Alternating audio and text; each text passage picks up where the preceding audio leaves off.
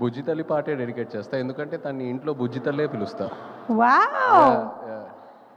You did know చదువు కూడా చెప్పా మన సినిమాకు ముందే. అవునవును, నేను ఆశ్చర్యపోయానమాట.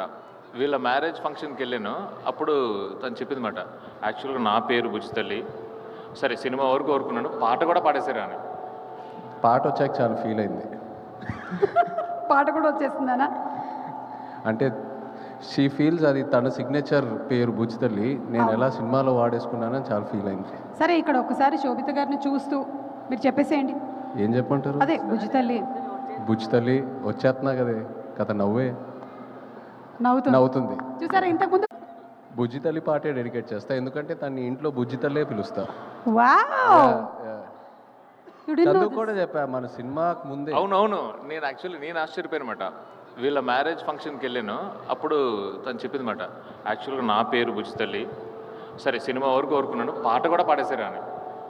పాట వచ్చాక చాలా ఫీల్ అయింది. పాట కూడా వచ్చేస్తుందనా? అంటే షీ ఫీల్స్ అది తన సిగ్నేచర్ పేరు బుజ్జి తల్లి, నేను ఎలా సినిమాలో వాడేసుకున్నానని చాలా ఫీల్ అయింది. సరే, ఇక్కడ ఒకసారి శోభిత గారిని చూస్తూ మీరు చెప్పేసేయండి. ఏం చెప్పంటారు? అదే బుజ్జి తల్లి బుజ్జి తల్లి వచ్చేస్తున్నా కదే కథ నవ్వే నవ్వుతుంది. నవ్వుతుంది. చూసారా ఇంతకుముందు?